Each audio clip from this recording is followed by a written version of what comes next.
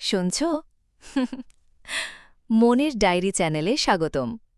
নতুন নতুন ভিডিও পেতে চ্যানেলটি সাবস্ক্রাইব করে পাশে থাকা বেল আইকনটিতে ক্লিক করো। আমায় একটু ভালোবাসবে নিহান?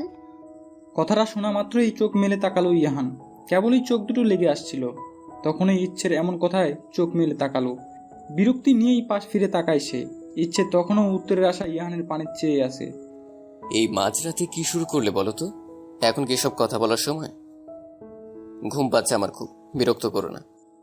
কথাটা বলে ইহান আবার পাশ ফিরে শুয়ে পড়ল। ইচ্ছের এমন বেকুল আবদারটি ইহানের হৃদয় স্পর্শ করল না। ইচ্ছের চোখের কর্নিশ বেয়ে এক ফোঁটা জল গড়িয়ে পড়ল। স্বামী নামক ব্যক্তিটি তার পাশে থেকেও যেন অনেক দূরে। একই বিছানায় একই ছাদের নিচে থেকেও তারা দুজন দুজনের থেকে বহু দূরে। ইচ্ছের খুব ইচ্ছে হয় অন্য 5টা সংসারের মতো স্বামীর সাথে হাসি খুশিতে সংসার করতে, কিন্তু সে কপাল বুঝি তার নেই। স্বামী তো তার দিকে ফিরেও তাকায় না। রূপে গুণে কোন দিক থেকে কমতি আছে তার। তবুও স্বামী নামক এই ব্যক্তির থেকে দিনের পর দিন অবহেলা পেয়ে আসছে ইচ্ছে। পুরো নাম তার আনিসা তাবাসসুম ইচ্ছে। বাবা মায়ের একমাত্র মেয়ে। শ্যামপুর গ্রামের জমিদারের মেয়ে ইচ্ছে। জমিদার কন্যা হওয়ায় আদর ভালোবাসা থেকে শুরু করে কোনো কিছুই অভাব হয়নি কখনো তার। পড়াশোনায় খুব একটা ভালো ছিল না সে কখনোই। পড়াশোনার ব্যাপারে সে ছিল বরাবরই উদাসীন। পরীক্ষার খাতায় 33 পেয়ে পাশ করলেও রূপের খাতায় তার নম্বর ছিল সর্বদা 100। এক কথায় গ্রামের সব থেকে সুন্দরী সেই ছিল। তার বয়স যখন 16 তখন থেকেই তার জন্য বিয়ের প্রস্তাব আসতে শুরু করে, কিন্তু মেয়ে ছোট এবং সুপাত্র না পাওয়ায় তার বাবা মোশাররফ মোড়ল মেয়েকে বিয়ে দেয়নি। দেখতে দেখতে সে এসএসসি পরীক্ষা সমাপ্ত করে। পরীক্ষা শেষে ইচ্ছে তার বাবাকে সরাসরি জানিয়ে দেয় সে আর পড়াশোনা করতে চায় না। তখন মোশাররফ মোড়ল ভাবেন মেয়েকে শুধু শুধু বসিয়ে রেখে কি লাভ, তার থেকে সুপাত্র দেখে মেয়েকে তার হাতে তুলে দেওয়াই ভালো। তাছাড়া গ্রাম অঞ্চলে এসএসসি পাশ করা মেয়ে মানেই অনেক শিক্ষিত। ইহান মোশাররফ মোড়লের অতি কাছের বন্ধু নাজমুল সাহেবের ছেলে। দুই পরিবারের পছন্দের ভিত্তিতেই তাদের বিয়ে ঠিক হয়েছিল। বিয়ে নিয়ে ইচ্ছের খুব একটা অমত ছিল না। বাবা তাকে একবার বলাতেই সে রাজি হয়ে যায়। বিয়ের আগে সরাসরি কখনো দেখা হয়নি তার ইহানের সাথে। অবশেষে বেশ জাঁকজমকপূর্ণ অনুষ্ঠানের মাধ্যমে তাদের বিয়ে সম্পূর্ণ হয়। বিয়ের দিনই ইচ্ছে প্রথমবারের মতো ইহানকে দেখে। বাইরে থেকে উচ্চ ডিগ্রিধারী সুউচ্চ সুপুরুষ ব্যক্তিটিকে প্রথম দেখাতেই ভালো লেগেছিল ইচ্ছের। সে মুহূর্তেই ভেবে নিয়েছিল এই মানুষটাকে সে অনেক ভালোবাসবে, মন প্রাণ উজাড় করে দিয়ে ভালোবাসবে। বর্তমানে তাদের বিয়ের বয়স 6 মাস পেরিয়েছে। বিয়ের প্রথম 2-3 মাস সবকিছু ঠিক থাকলেও তারপর থেকেই শুরু হয় ইচ্ছের প্রতি ইহানের অবহেলাটা। ইচ্ছে ভেবে পায় না ঠিক কি কারণে ইহান তার থেকে এতটা দূরে সরে থাকে। শ্বশুর শাশুড়ি আর এক ননদ নিয়ে ছোট্ট সংসার তাদের। শ্বশুর শাশুড়ি ননদ সকলের সাথে খুব ভালো সম্পর্ক ইচ্ছের, কিন্তু সম্পর্কের মূল যে ব্যক্তিটি তার সাথেই মনের কোনো মিল নেই। মাত্র কয়দিনেই সে ইহানকে প্রচন্ড রকম ভালোবেসে ফেলেছে। ইহানের একটু ভালোবাসা পাওয়ার জন্য তার ছোট হৃদয়টুকু হাহাকার করতে থাকে সর্বক্ষণ, কিন্তু ইহান সেদিকে ফিরেও তাকায় না। আরও একটি রাত নির্ঘুম নির্ভূতে কেটে যায় ইচ্ছের। চোখ মুখ ফুলে ঢোল হয়ে গেছে। এই 3-4 মাস ধরে এমন কোনো রাত নেই যে রাতে সে কাঁদেনি। স্বামী নামক প্রিয় ব্যক্তির থেকে অবহেলা সহ্য করার ক্ষমতা হয়তো কোনো স্ত্রীরই নেই। দূর থেকে আজানের মিষ্টি আওয়াজ ভেসে আসতেই বিছানা ছেড়ে উঠে দাঁড়ায় ইচ্ছে। ধীর পায়ে হেঁটে গিয়ে জানালা থেকে পর্দা সরিয়ে দেয়। বাইরে থেকে আসা অল্প আলোতে স্বামীর মুখ পানে কিছুক্ষণ চেয়ে থাকে। এই মানুষটাকে সে ভীষণ ভালোবাসে। আবারও চোখ থেকে এক ফোঁটা পানি গড়িয়ে পড়ে। চোখের পানিটুকু মুছে যায় নামাজের উদ্দেশ্যে। সে তার মোনাজাতে আল্লাহর কাছে চাইবে তার স্বামীকে। সে তো শুধু পৃথিবীতে নাম মৃত্যুর পরের জীবনেও ইহানকে নিজের করে চায়। তার প্রত্যেক মোনাজাতে সে তার স্বামীকে চায়। 8টা বাজতেই শারমিন বেগমের ঘুম ভাঙে। রুম থেকে বেরিয়ে রান্নাঘরে আসতেই দেখে সকালের নাস্তা প্রায় বানানো শেষ। নাজমুল সাহেব এখনো বাড়িতে ফিরেননি। ফজরের নামাজের পর হাঁটাহাঁটি করার অভ্যাস তার। শারমিন বেগম হাসি মুখে রান্নাঘরে ঢোকেন। আজ এত তাড়াতাড়ি নাস্তা বানালে যে? ইচ্ছে শারমিন বেগমকে দেখেই ঠোঁট এলিয়ে হাসলো। শুভ সকাল মা। আব্বু ফিরেছেন কি? শারমিন বেগম কাপে চা ঢালতে ঢালতে প্রতি উত্তর করলেন, শুভ সকাল না, তোমার আব্বু এখনো ফেরেনি, কিছুক্ষণের মধ্যে এসে যাবে। তোমার শরীরের কি অবস্থা এখন? মাথা ব্যথা কমেছে? কাল রাতে তো মাথা ব্যথার জন্য কিছু না খেয়ে রুমে চলে গেলে। হ্যাঁ মা, এখন সুস্থ। ইহান কোথায়? আজ এখনো উঠলো না যে? আজ তো শনিবার মা, ওনার অফিস আজ বন্ধ, এই জন্যই হয়তো বেশি সময় ধরে ঘুমাচ্ছে। কথার মাঝেই ইরা চলে আসে। ইরা হচ্ছে ইহানের একমাত্র বোন। শুভ সকাল মা, শুভ সকাল ভাবি। আপনাকেও শুভ সকাল আপু। ইরা বয়সে ইচ্ছের থেকে বড়, তবে সম্পর্কে সে ছোট ননদ। তবুও ইচ্ছে ইরাকে আপু বলেই সম্বোধন করে। 10টা বাজতেই সকলে নাস্তার টেবিলে চলে আসে। ইহানও ইতিমধ্যে উঠে ফ্রেশ হয়ে নিয়েছে। নাস্তার টেবিলে নাস্তা খেতে খেতে নাজমুল সাহেব ইহানকে বলে উঠেন, বলেছিলাম বিয়ের তো বেশ কিছুদিন হলো, তোমরা তো এখনো কোথাও ঘুরতে গেলে না। অফিস থেকে কিছুদিন ছুটি নিয়ে না হয় ইচ্ছেকে নিয়ে ঘুরে আসো। এ বাড়িতে আসার পর থেকে তো মেয়েটি এখন পর্যন্ত বাড়ির বাইরে পা রাখেনি। ঘুরতে যাওয়ার কথা শুনেই ইচ্ছের ভীষণ খুশি লাগলো। ঘুরতে তার অনেক ভালো লাগে। তাছাড়া ঘুরতে গেলে নিশ্চয়ই ইহান তাকে সময় দিবে। তখন তো আর তার অফিস থাকবে না, আর না কাজ। ভাবতে ইচ্ছের মনটা ভালো হয়ে গেল। আমি এখন কোথাও যেতে পারবো না বাবা, অনেক কাজ জমে আছে। মুহূর্তেই ইচ্ছের হাসিটা মিলিয়ে গেল। কিশোরী মনে জমা এলো এক রাশ অভিমান। কি হতো একটু ঘুরতে নিয়ে গেলে? কাজ তো সে সবসময়ই করে। ইচ্ছে মনে মনে চাইছে যে করেই হোক তার শ্বশুর আব্বু যেন ইহানকে রাজি করে ঘুরতে যেতে। কাজ তো সবসময়ই করো, সামনেও করবে, তাই বলে এমন না যে সব ফেলে শুধু কাজের পিছনে ছুটবে। নিজের পরিবার, নিজের স্ত্রীকেও সময় দেওয়া উচিত তোমার। আমি আর কোনো কথা শুনতে চাই না ইহান। আমি চাই তুমি ইচ্ছেকে নিয়ে দূরে কোথাও ঘুরে আসো। ইহান এবার আর কোনো প্রতি উত্তর করল না। চুপচাপ নিজের খাবার শেষ করে রুমে চলে গেল। নাজমুল সাহেবও নিজের খাবারের দিকে মনোনিবেশ করলেন। বৌমা, তুমিও এবার খেয়ে নাও। হ্যাঁ বাবা, খাচ্ছি। মা আপনিও বসুন। সবার খাওয়া শেষ হলে দুই শাশুড়ি বৌমা গল্প করতে করতে তাদের খাওয়া শেষ করে সবকিছু গুছিয়ে রাখে। হাতের কাজ শেষ করে ইচ্ছে নিজের রুমের দিকে গেল। রুমে ঢুকতেই দেখলো ইহান কোথাও বের হবার জন্য রেডি হচ্ছে। আপনি কোথাও যাচ্ছেন? কিছুটা জড়তা নিয়েই প্রশ্ন করে ইচ্ছে। ইহান তার স্বভাব সুলভ গম্ভীর কণ্ঠে জবাব দেয়, হুম। শুধুই হু। ইচ্ছের মন চাইছে ইহানকে জিজ্ঞেস করতে সে কোথায় যাচ্ছে, কিন্তু সাহস পেল না। যদি ইহান রেগে যায়, কিন্তু তার কেন জানি খুব জানতেই মন চাইছে। অবশেষে সকল জড়তা কাটিয়ে কিছুটা সাহস সঞ্চয় করে প্রশ্নটি করেই ফেলল, আপনি কোথায় যাচ্ছেন? না মানে আজ তো আপনার অফিস নেই, তাই আর কি। ইহান কিছুক্ষণ ইচ্ছের দিকে কঠিন দৃষ্টিতে তাকিয়ে থেকে কোনো কথা ছাড়াই রুম থেকে বেরিয়ে যায়। ইচ্ছে আবারও আহত হয়। কি হতো একটু বলে গেলে? রাত বাড়তে শুরু করেছে। এটা বর্ষার সিজন না হলেও মাঝে মধ্যে টুপটাপ বৃষ্টি আকাশের বুক চিরে ধরণীর বুকে নেমে আসে, সিক্ত করে তুলছে পরিবেশকে। ইচ্ছে ইহানের জন্য অপেক্ষা করতে করতে ডাইনিং টেবিলেই মাথা এলিয়ে ঘুমিয়ে পড়েছে। ইহান সেই সকালে বেরিয়েছে, আর সারাদিনেও তার খোঁজ নেই। দুপুরে খেতে অবধি আসেনি। ইচ্ছে বার কয়েক ইহানকে কল করেছিল, কিন্তু প্রতিবারই ইহান তার কল কেটে দিয়েছে। এতে ইচ্ছে খুব একটা অবাক হলো না। ইহানের মন চাইলে তার কল ধরে, কখনো বা ধরে না। তবে খুব কম সময় সে ইচ্ছের কল ধরে। ধরলেও তার স্থায়িত্বকাল 1 মিনিটের বেশি হয় না কখনো। ইহান যখন বাড়িতে ফিরে তখন ঘড়ির কাঁটা প্রায় রাত 1টা সুই সুই। বেল বাজতেই ইচ্ছের ঘুম ভেঙে যায়। দ্রুত উঠে দরজা খুলে দিল।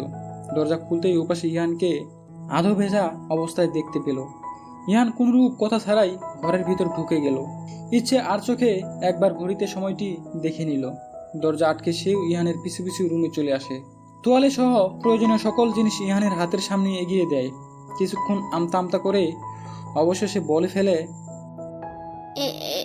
এত দেরি হলো কেন আপনার? ইচ্ছের প্রশ্নে ইহানের কোনো ভাবান্তর হলো না। সে মনোযোগ সহকারে নিজের চুল মুছতে ব্যস্ত। না খেয়ে আপনার জন্য ভাত নিয়ে অপেক্ষা করছিলাম আমি। খেয়ে নাও, আমি খেয়ে এসেছি। কথাটি বলে বড় বড় পথ ফেলে বারান্দায় গিয়ে তোয়ালেটা নেড়ে দিল। বারান্দা থেকে ফিরে এসে বিছানায় ঘুমানোর জন্য শুয়ে পড়ল। আর একটি বাক্য উচ্চারণ করল না ইহান। ইচ্ছের খুব কান্না পাচ্ছে। কান্নাগুলো দলা পাকিয়ে গলার কাছে আটকে আছে। মুখ দিয়ে সে আর একটি কথাও বলতে পারল না। তার ইচ্ছা হচ্ছে ইহানকে বলতে, আপনার জন্য রোজ রাতে আমি অপেক্ষা করি, না খেয়ে বসে থাকি আপনার সাথে একত্রে খাবো বলে। আপনার পানের চেয়ে বসে থাকি দুটো কথা বলবো বলে। কি হয় আমার সাথে দুটো কথা বললে? খুব কি ক্ষতি হয় আমার সাথে একদিন রাতের খাবারটা খেলে? কি ক্ষতি হয় যদি একটু বুঝে নামায়? কিন্তু ইচ্ছে একটি কথাও মুখ থেকে বাইরে বের করতে পারল না। সে রুম থেকে বেরিয়ে সকল খাবার ফ্রিজে তুলে রাখে। আজও তার খাওয়া হয়ে ওঠে না। এ নিয়ে কত রাত সে উপোস কাটিয়েছে তার কোনো হিসেব নেই। ক্ষুধার যন্ত্রণা তাকে ছুঁতে পারে না এখন আর। মনের যন্ত্রণার কাছে এ যন্ত্রণা তো কিছুই না। ইহান ঘুম থেকে উঠে রুমের বাইরে বের হতেই দেখতে পায় তার শ্বশুর মোশাররফ মোড়ল এসেছেন। হঠাৎ করে এভাবে আসায় ইহান অবাক হয়, তবে মুখে কিছুই বললেন না। ইহানকে দেখে মোশাররফ মোড়ল হাসি মুখে তাকে কাছে ডাকেন। তা কেমন আছো বাবা? জি বাবা, আলহামদুলিল্লাহ। আপনারা সবাই ভালো তো? এই তো আছি। তা বাবা, মেয়েটাকে নিয়ে যেতে এলাম। কতদিন ও বাড়িতে যায় না। ওর মা তো রোজ রোজ কান্নাকাটি করে, নিজেরও খারাপ লাগে। তাই চলেই এলাম মেয়েকে নিয়ে যেতে। বলি বাবা, তুমিও চলো আমাদের সাথে, কিছুদিন না হয় ঘুরে এলে। না বাবা, আসলে অফিসে কাজের চাপ অনেক, এ সময় বেড়াতে যাওয়াটা বেমানান। কাজের চাপটা কমলে গিয়ে ঘুরে আসবো। আপনি বরং ইচ্ছেকে নিয়ে যান। আরো কিছুক্ষণ দুজন কথা বলে একসাথে নাস্তা করে। তাদের সাথে নাজমুল সাহেবও যোগ দেয়।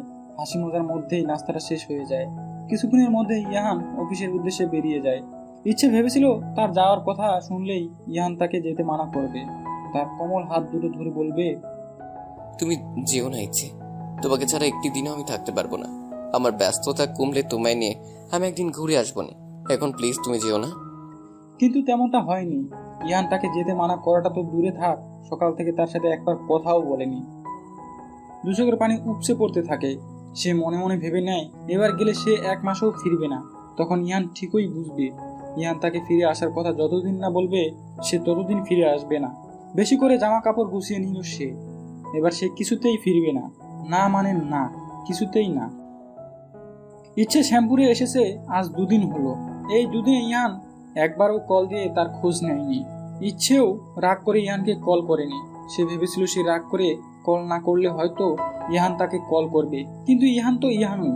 সে ভুলেও একবার কল করেনি। ইচ্ছে বার কয়েকবার ফোন চেক করেও যখন কাঙ্ক্ষিত মানুষটির কল পেল না, তখন কেঁদে ফেলল। ইচ্ছের ছোট মনটাকে ইহান বারবার ভেঙে ঘুরিয়ে দিচ্ছে। বিকেল হতেই পারুলের সাথে নদীর পাড়ে ঘুরতে বেরিয়েছে ইচ্ছে। নদীর পাড়টা ইচ্ছের খুবই পছন্দ। তখন প্রতিদিন বিকেলে সে এখানে বসে প্রকৃতি উপভোগ করত। কি সুন্দর ঠান্ডা বাতাস, নিমিষেই মন ভালো হয়ে গেল ইচ্ছের। কেমন আছিস শিচু? অনেকদিন বাদে পরিচিত সেই কণ্ঠস্বর শুনতে পেরে পিছনে তাকালো ইচ্ছে। তার সামনে দাঁড়িয়ে থাকা ব্যক্তিটিকে চিনতে একটুও সময় লাগলো না তার। হাসান ভাই। হাসান নামের লোকটি ঠোঁট কামড়ে হাসলো। ইচ্ছের ঠোঁটের কোণেও হাসি ঝলক দেখা দিল। কবে এসেছো ভাইয়া তুমি?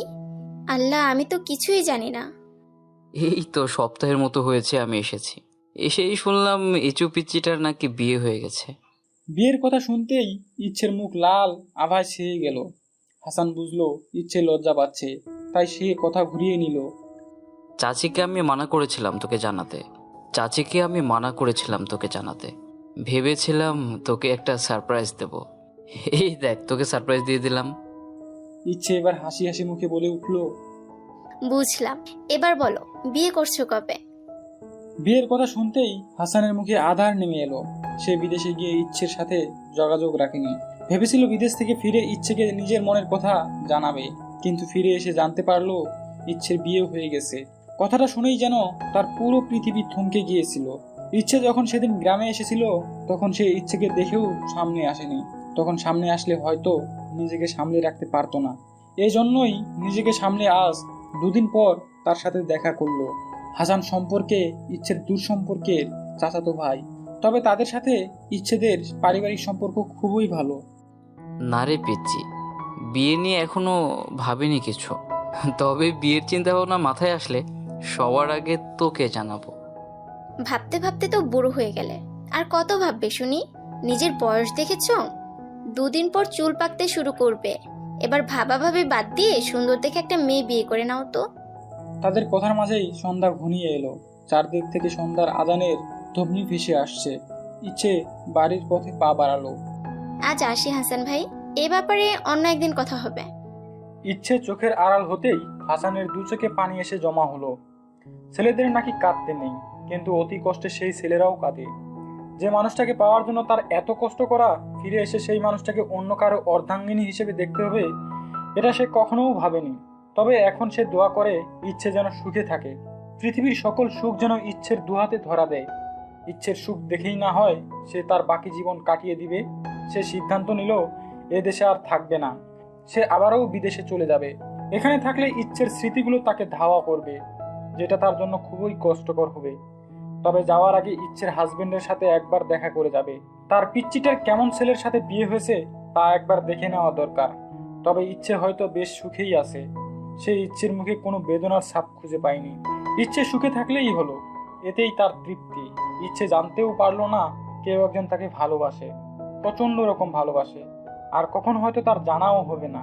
সময় যে তাকে অন্য কারোর সাথে বেঁধে ফেলেছে, তা না হলে তার জীবনের গল্পটা হয়তো অন্যরকম হতো। সকাল হতেই ইচ্ছে গোছগাছ শুরু করে দিল। আজই সে ঢাকায় ফিরে যাবে। ইহানকে ছাড়া তার দম বন্ধ হয়ে আসছে। এখানে তার পক্ষে আর একটি দিনও থাকা সম্ভব হচ্ছে না। নীলুফা বেগম সেই কখন থেকে কান্নাকাটি করে চলেছেন। এতদিন পর মেয়ে তার কাছে এলো। সপ্তাহখানেক থাকবে তা না, 3 দিনের মাথায় চলে যাচ্ছে। আবার কবে মেয়েকে কাছে পাবে তার কোনো নিশ্চয়তা নেই। ইচ্ছেরও খুব মন খারাপ হচ্ছে মা বাবাকে ছেড়ে যেতে, কিন্তু না গেলে সে বোধহয় আর বেঁচে থাকতে পারবে না। ইহানকে ছাড়া কেমন পাগল পাগল লাগছে নিজেকে। সব ঠিক থাকলেও সমস্যা হলে ইচ্ছে একা অত দূর পাড়ি দিতে সাহস পাচ্ছে না। একা একা এভাবে কখনো আসা যাওয়া করা হয়নি তার। অবশেষে ঠিক হলো মোশাররফ মোড়ল তাকে দিয়ে আসবেন। ইচ্ছেরও দুশ্চিন্তা দূর হলো। গ্রাম থেকে ফিরে এসেছে ইচ্ছে। আজ সপ্তাহ খানেক হলো। আগের নিয়মেই তার জীবন চলতে লাগলো। ইহান তার কাজ নিয়ে ব্যস্ত থাকে, আর ইচ্ছে দিন শেষে ইহানের থেকে একটু ভালোবাসা পাওয়ার আশায় মরিয়া হয়ে থাকে। অফিসে অতিরিক্ত কাজ থাকায় আজ ফিরতে বেশ দেরি হয় ইহানের। সারাক্ষণ কাজের চাপে থাকার ফলে তার মন মেজাজ সবসময় খিটখিটে হয়ে থাকে। তার উপর আজ কাজে সামান্য ভুল ত্রুটি হওয়ায় তার থেকে উচ্চপদস্থ অফিসারের থেকে সামান্য বকা শুনতে হয়েছে, যা তার ব্যক্তিত্বে আঘাত এনেছে। প্রচণ্ড ব্যক্তিত্ব সম্পন্ন মানুষ ইহান। বেল বাজতেই শারমিন বেগম দরজা খুলে দেন। মাকে দেখে হেসে সালাম দিয়ে নিজের রুমে চলে যায় ইহান। শারমিন বেগম ছেলের যাওয়ার পানি চেয়ে দীর্ঘশ্বাস ফেলে। ছেলেটি তার কাজ ছাড়া কিছুই বোঝে না। তার জীবনে যেন কাজ ছাড়া অন্য কিছু অস্তিত্ব নেই। ফ্রেশ হয়ে বের হতেই সে উপলব্ধি করে তার প্রচন্ড মাথা ব্যথা করছে। মাথাটা টিপে দিলে হয়তো ভালো লাগতো, কিন্তু সে আসার পর থেকে এখনো ইচ্ছেকে দেখতে পায়নি। জোরে জোরে নাম ধরে কয়েকবার ডাকার পরেও ইচ্ছের কোনো খোঁজ নেই। মেজাজ তার আগে থেকেই বিগড়েছিল। এখন আবার ইচ্ছের নিরুদ্দেশ হওয়ায় মেজাজটা আরও বিগড়ে গেল। নিজের রুম থেকে বেরিয়ে ইরার রুমে যেতেই দেখতে পেল ইরা আর ইচ্ছে কোনো একটা ব্যাপার নিয়ে হাসাহাসি করছে। এতে তার মেজাজ আরও খারাপ হলো। বোনের সামনে স্ত্রীর সাথে খারাপ ব্যবহার করাটা বেমানান। তাই নিজেকে ধাতস্থ করে শান্ত কণ্ঠে ইচ্ছেকে ডেকে নিজের রুমে চলে গেল। ভাইয়া দেখছি তোমায় চোখে হারায়, আসতেই বউয়ের খোঁজে নেমে পড়েছে। কি প্রেম! মুহূর্তে ইচ্ছের মেদহীন গালে রক্তিম আভা ছড়িয়ে পড়ল। কান থেকে যেন আগুন বের হচ্ছে। নিজের লজ্জা ঢাকতে ইরাকে কিছু না বলেই ছুটে রুম থেকে বেরিয়ে গেল ইচ্ছে। এমনিতেই ইরার ঠোঁট কাটা স্বভাব। ইচ্ছেকে এর থেকেও ভয়ানক লজ্জা দিতে সে দুবার ভাববে না। তাই ভয়ানক লজ্জার সম্মুখীন হওয়ার আগেই সেখান থেকে সরে যাওয়াই উত্তম। আমি বাসায় এসেছি, সে খেয়াল আছে তোমার? ইচ্ছে চুপচাপ দাঁড়িয়ে শাড়ির আঁচল হাতে পেঁচিয়ে চলছে। রুমে আসতেই ইহানের রাগের সম্মুখীন হতে হয়েছে তাকে। একটু না হয় দেরি হয়েছে, তাই বলে এভাবে বকতে হবে? মাথা ব্যথা করছে খুব, মাথাটা টিপে দাও তো। বলেই বেডে শুয়ে পড়ল ইহান। ইচ্ছে ভেবেছিল ইহান তাকে আরো কিছু বলবে, কিন্তু এত অল্পে থেমে যাওয়ায় ইচ্ছে বেশ অবাক হলো, আবার খুশিও হলো। সে আস্তে করে ইহানের পাশে বসলো। সে বসতেই ইহান তার মাথাটা ইচ্ছের কোলে রাখলো। ইচ্ছে এবার আরো অবাক হলো। ইহানের আজ কি হলো? খুশির থেকে অবাক বেশি হচ্ছে ইচ্ছে। কি হলো, মাথাটা টিপে দাও। ইহানের কথায় ইচ্ছে আলতো হাতে মাথা ম্যাসেজ করে দিতে থাকে। ইচ্ছের ঠোঁটে লেগে আসে মিষ্টি হাসির রেখা। ইহান তার কোলে মাথা রেখে ঘুমাচ্ছে, এটাই তার কাছে অনেক। সারাটা রাত সে ওভাবেই ইহানের মাথা কোলে নিয়ে বসেছিল। ভোরের দিকে তার চোখটা লেগে আসে। সারা রাত সে ডিম লাইটের আলোতে ঘুমন্ত ইহানকে দেখে কাটিয়েছে। কি নিষ্পাপ সুন্দর সে মুখশ্রী। সারা রাত জেগে থাকতে ইচ্ছের একটুও কষ্ট হয়নি। এ যেন পরম এক শান্তি। আজ ইহান আর ইচ্ছে কক্সবাজার যাচ্ছে ঘুরতে। যদিও এতে ইহানের মোটেও মত নেই। নাজমুল সাহেব ইহানকে বাধ্য করেছে অফিস থেকে ছুটি নিতে। তবে ইচ্ছে খুব খুশি। তার অনেক দিনের ইচ্ছা কক্সবাজার ঘুরতে যাওয়ার। অবশেষে তার ইচ্ছা পূরণ হতে চলেছে। ইচ্ছে তার জমানো টাকাগুলো নিয়ে নিল। সে অনেক কিছু কিনে আনবে ওখান থেকে। ইহান বেশ নামকরা এক রিসোর্টের রুম বুক করেছে। রিসোর্টটা বেশ সুন্দর, ইচ্ছের বেশ পছন্দ হয়েছে। বেশ জমকালো পরিবেশ। তারা রুমে গিয়ে ফ্রেশ হয়ে নিল। তাদের পৌঁছাতে পৌঁছাতে সন্ধ্যা হয়ে গেছে। ফ্রেশ হয়ে তারা নিচে নামলো নাস্তা করে নেওয়ার জন্য। নাস্তা শেষে তারা আবারও ফিরে এলো রুমে। তারা আজ আর ঘুরতে বের হবে না। জার্নি করার ফলে দুজনেরই রেস্ট দরকার। রুমের সাথে একটি খোলা বারান্দা রয়েছে। বারান্দাটিতে দুটি বেতের সোফা রয়েছে। ইচ্ছে গিয়ে সেখানে বসলো। দূর থেকে সাগরের কলকল ধুবনি ভেসে আসছে। ইচ্ছের মন চাচ্ছে এখনই ছুটে যেতে। সাগর যেন তাকেই ডাকছে। ইহান কিছুক্ষণ ফোন চাপাচাপি করলো, কিন্তু তার ভালো লাগছে না। আজকাল তার কিছুই ভালো লাগে না। সবকিছু কেমন বিরক্ত লাগে। কাজের মাঝে নিজেকে ডুবিয়ে রেখেই সে শান্তি পায়। সে বেডে শুয়ে এপাশ ওপাশ করতে লাগলো। আপনি এমন করছেন কেন? শরীর খারাপ করছে নাকি? ইচ্ছের কথা শোনা মাত্র ইহান নড়াচড়া বন্ধ করে দিল। এই মুহূর্তে ইচ্ছেকে তার একটুও সহ্য হচ্ছে না। এই মেয়েটার জন্যই তাকে এখানে আসতে হলো। সবকিছুর মূল এই মেয়েটা। কিছু বলুন, খারাপ লাগছে আপনার? ইহান এবার ইচ্ছের দিকে ফিরে তাকালো। বেশ শান্ত দৃষ্টিতে ইচ্ছের দিকে কিছুক্ষণ তাকিয়ে রইল। হঠাৎ এভাবে তাকিয়ে থাকায় ইচ্ছে অপ্রস্তুত হয়ে পড়ল। তার ফর্সা গোলগাল মুখটা মুহূর্তে লাল হয়ে উঠল। দৃষ্টি এলোমেলো হলো।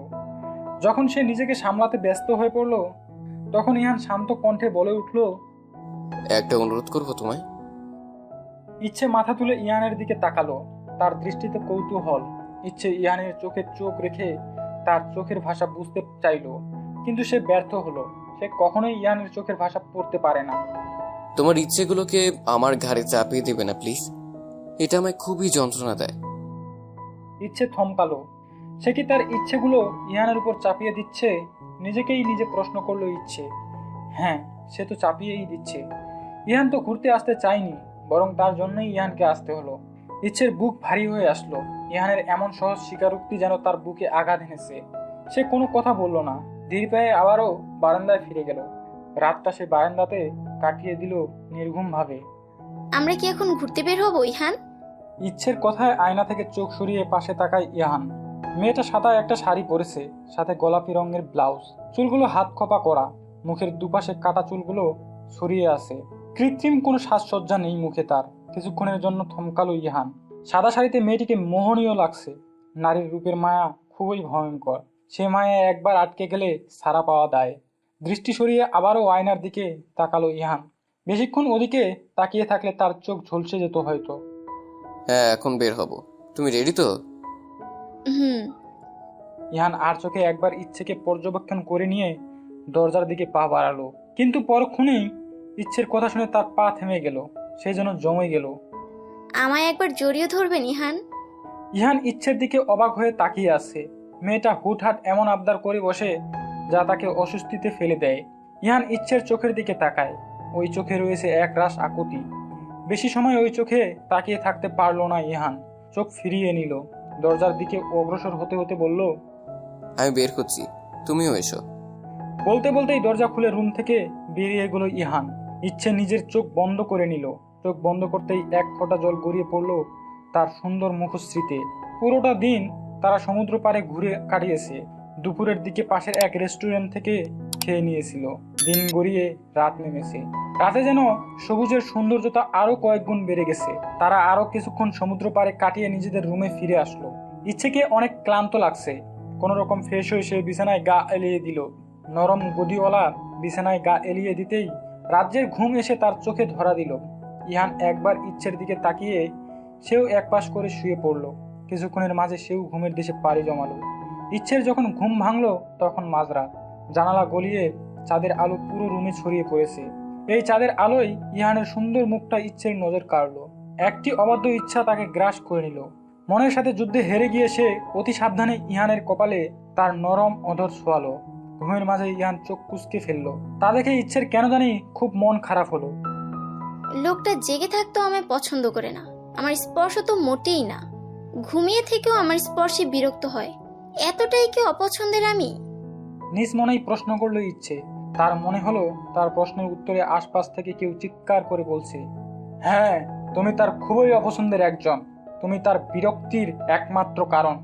ইচ্ছে দুহাত দিয়ে নিজের দুকান চেপে ধরে জোরে জোরে নিঃশ্বাস নিচ্ছে। হঠাৎ মনে হলো সবকিছু শান্ত হয়ে গেছে। কান থেকে হাত নামিয়ে ফেললো ইচ্ছে। জলে ভরা চোখ নিয়ে একবার ইহানকে দেখে নিয়ে বারান্দায় গিয়ে দাঁড়ালো। ভীষণ মন নিয়ে আকাশ পানে তাকালো। আকাশে অগণিত তারার মেলা বসেছে। আকাশের দিকে তাকিয়ে তার হিংসা হলো। এই অন্ধকার আকাশের বুকে কত তারা, কিভাবে তারা অন্ধকার আকাশকে আলোতে ভরিয়ে দিয়েছে। তার আকাশকে কেন কেউ আলোকিত করে না? ইচ্ছে তার দুঠোঁট নাড়িয়ে নেভা কণ্ঠে উচ্চারণ করলো, আমার আকাশে তারা নেই। অন্ধকার কাটিয়ে দিনের আলো ছড়িয়ে পড়ছে। শীত শীত পড়েছে। এখন কার্তিক মাস, শীতের আগমনের আভাস পাওয়া যাচ্ছে। ঘরে ঠান্ডা হওয়ায় বারবার কেঁপে কেঁপে উঠছে ইচ্ছে। মেঝেতে বসে সোফায় মাথা রেখে ঘুমিয়ে আছে মেয়েটা। ইহান ইচ্ছেকে এই অবস্থায় দেখে কপাল কুঁচকালো। বিড়বিড় করে বলল, কেয়ারলেস। ইহান একটি পাতলা কম্বল ইচ্ছের গায়ে জড়িয়ে দিল। ইচ্ছের এরূপ কাজে প্রচন্ড বিরক্ত সে। মেয়েটা ঠিকঠাক নিজের খেয়াল নিতে পারে না, অথচ সারাটা সময় উল্টাপাল্টা আবদারের ঝুলি খুলে বসে। ইহান বারান্দা থেকে যাওয়ার জন্য পা বাড়ালো, কিন্তু পরক্ষণে কিছু একটা ভেবে আবার ইচ্ছের পাশে এক হাঁটু গেড়ে বসে ইচ্ছের মুখের দিকে কিছুক্ষণ তাকিয়ে থেকে আলতো হাতে গাল ছুঁয়ে দেয়। গাল ছুঁয়ে দিতেই ইচ্ছের ঠোঁটের কোণে হালকা হাসির রেখা দেখা যায়। ইহানের কপালে ভাঁজ পড়ে।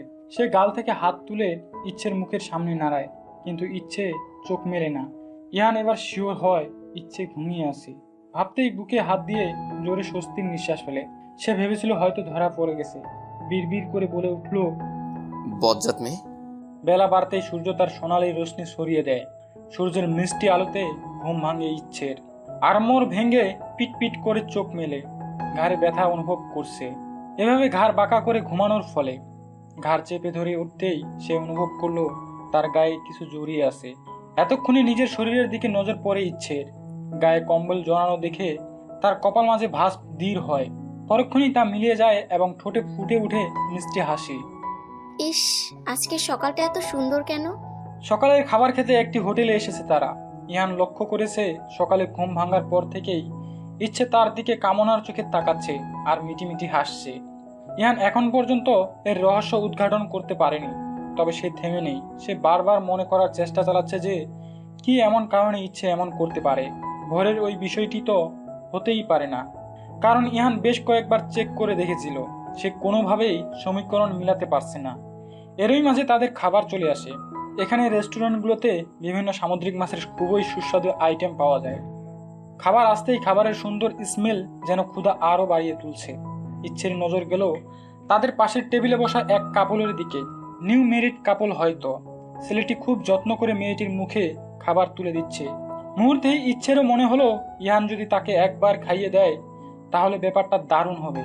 তবে বলতে সাহসও পাচ্ছে না, যদি বকে। লোকটার তো আবার নাগের ডগায় রাগ থাকে। এই যে শুনুন। ইহান তাকালো, ভ্রু নাড়িয়ে জানতে চাইল কি হয়েছে। ইচ্ছে কিছুটা আমতা আমতা করে অবশেষে চোখ বন্ধ করে বলেই ফেললো, আমায় একটু আপনার হাতে খাইয়ে দিবেন?